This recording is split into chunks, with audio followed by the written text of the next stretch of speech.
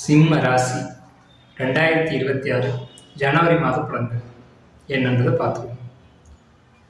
Sir, நான் மட்டும் இருக்கணும். ஏன்னா சிங்கம் அப்படின்றது காட்டுக்கு ராஜா, தனிமை விரும்பிகள்னு சொல்லலாம். என்னோட இடம், என்னுடைய பொருள், என்னுடைய விஷயம், இதில் யாரும் தலையிடக்கூடாது அப்படின்னு சொல்றவங்க யாருன்னு கேட்டீங்கன்னா அந்த சிம்ம ராசிக்காரங்க தான். சிம்ம ராசி மீது கேது, உங்களுக்கு 4ஆம் இடத்துல புதன் சுக்கிரன், 5ஆம் இடத்துல சூரியன் செவ்வாய், 7ஆம் இடத்துல ராகு சனி, உங்க ராசிக்கு 12ல குரு உச்சம்.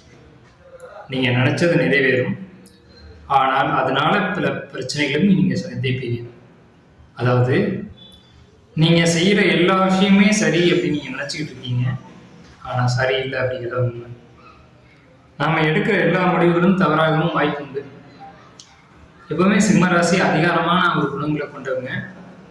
அந்த அதிகாரம் ஆபத்தில் போய் முடியக்கூடிய காலகட்டம். ஏன்னு கேட்டீங்கன்னா, கடுமையான வார்த்தைகளை நம்ம சொல்றோம் அப்படின்னா, ராசி மீது கேது. அப்போ உங்களுக்குள்ள ஒரு குழப்பம் இருந்துகிட்டே இருக்கு, டிப்ரெஷன் இருந்துகிட்டே இருக்கு.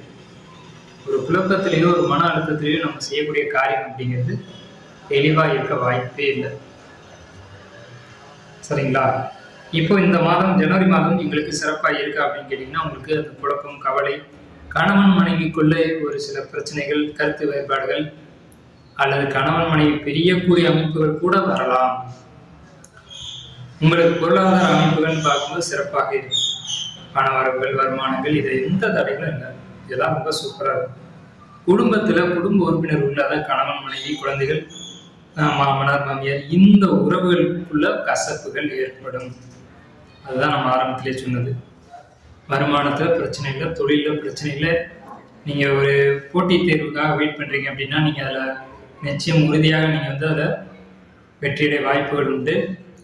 உங்களுக்கு பதவிகளும் பட்டங்களும் காத்து கொண்டு இருக்கிறது. ஆனால் உங்களுடைய சிந்தனைகள் தெளிவடைய வேண்டிய காலகட்டம். உங்களுடைய பேர் கெட்டு போயிடும் சார், வேற ஒன்றும் இல்லை. உங்களுடைய பேர் இந்த டைம்ல டேமேஜ் ஆகுது உறுதி. ஸோ அப்படி இருக்கும் பட்சத்தில் நீங்க எப்படி நடந்துக்கணும் அப்படிங்கிறது தான் நம்ம இங்கே வலியுறுத்துறோம்.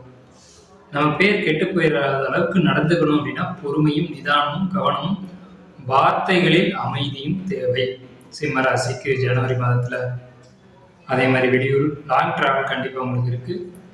லாங் டிராவல் மூலமா உங்களுக்கு நல்ல ஒரு அமைப்பு, நல்ல ஒரு ஆதாயம் நிச்சயமாக இருக்கு. இந்த ஜனவரி மாதம் சொல்ல போனா உங்களால தான் உங்களுக்கு பிரச்சனையே தவிர கிரக நிலைகள் உங்களுக்கு சாதகமா இருக்கு, மற்றவர்கள் உங்களுக்கு சாதகமா இருக்காங்க. உங்களுடைய அமைப்புகளை நீங்க தக்க வச்சுக்கிட்டா போதுமானது. வெளியூர் போங்க, வெளிநாடு போங்க, லாங் டிராவல் போங்க, இதெல்லாம் மனதுக்கு அமைதியை கொடுக்கும். நிச்சயமா நல்ல ஒரு சந்தோஷமான காலகட்டமா இருக்கும்.